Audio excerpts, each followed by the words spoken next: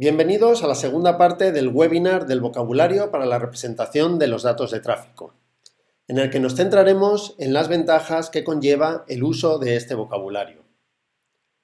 Esta segunda parte del webinar está relacionada con el webinar general sobre las ventajas del uso de vocabularios para la representación y publicación de datos abiertos que fue mencionada en la parte 1 de este webinar. Veamos las distintas ventajas del uso de este vocabulario. Concretamente, vamos a ver 6 tipos de ventajas, que se irán describiendo a continuación.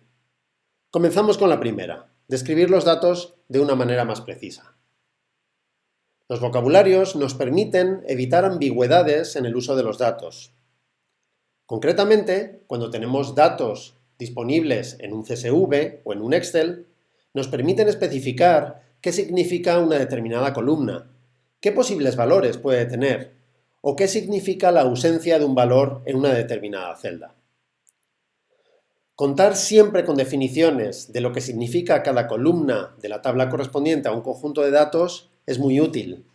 Por ejemplo, en el caso de este vocabulario, podremos describir lo que entendemos por equipo de tráfico, por incidencia y los tipos de incidencias con los que contamos, qué entendemos por una observación relacionada con el tráfico o qué es para nosotros un tramo. En segundo lugar, los vocabularios nos permiten describir los datos de una manera más homogénea y reutilizable.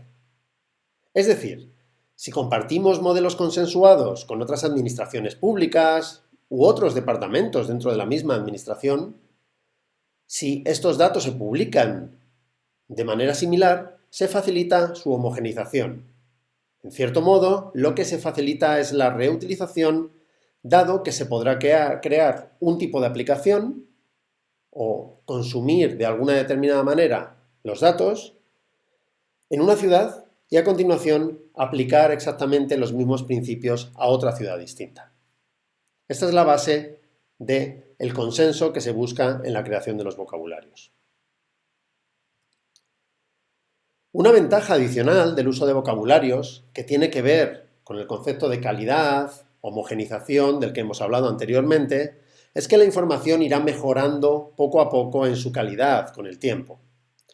Los modelos consensuados nos permiten identificar a nosotros, como administración pública, qué datos nos faltan en las fuentes de datos originales y de esta manera podremos determinar si somos capaces de encontrarlas dentro de los sistemas de información del ayuntamiento. Asimismo, podremos identificar buenas prácticas en la representación de los datos, lo que puede dar lugar a las mejoras necesarias en las fuentes de los datos originales.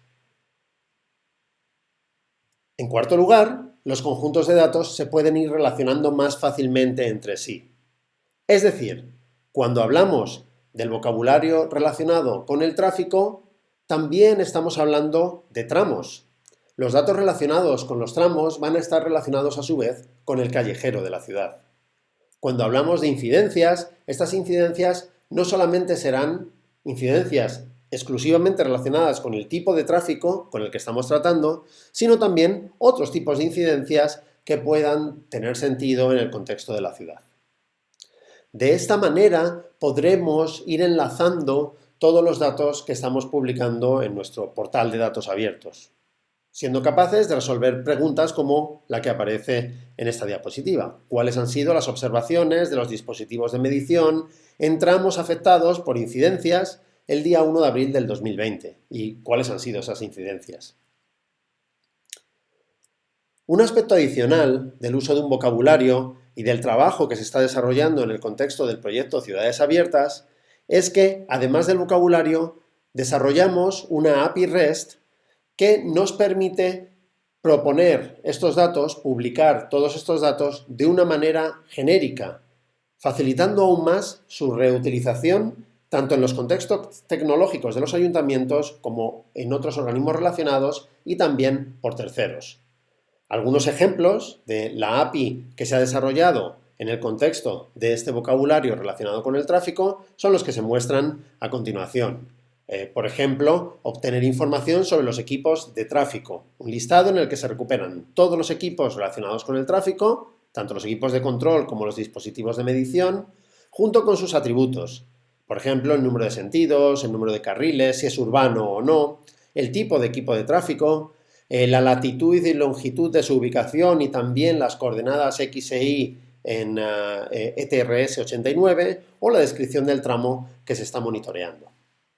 También podremos hacer inserciones de nuevos equipos, lo que permitirá tener sistemas de gestión de los datos de tal manera que nuestros datos abiertos no solamente son datos que publicamos hacia afuera, sino que podríamos realizar la gestión correspondiente de nuestros sistemas de información.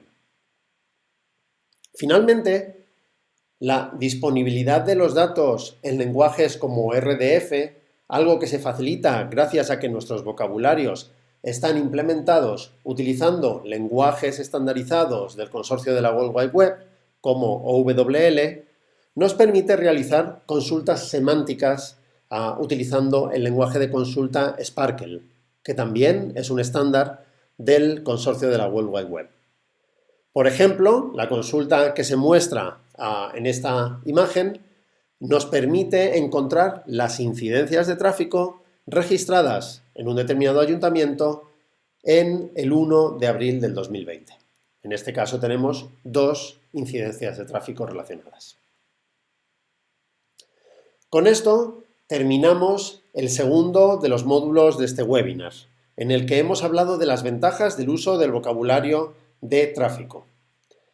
A continuación, daremos detalles técnicos, en el módulo 3, sobre el vocabulario, con el objetivo de que se pueda comprender de una manera amplia cuáles son las características principales que se han abordado en el diseño de este vocabulario y cuáles son los conceptos y propiedades principales que se han tenido en cuenta.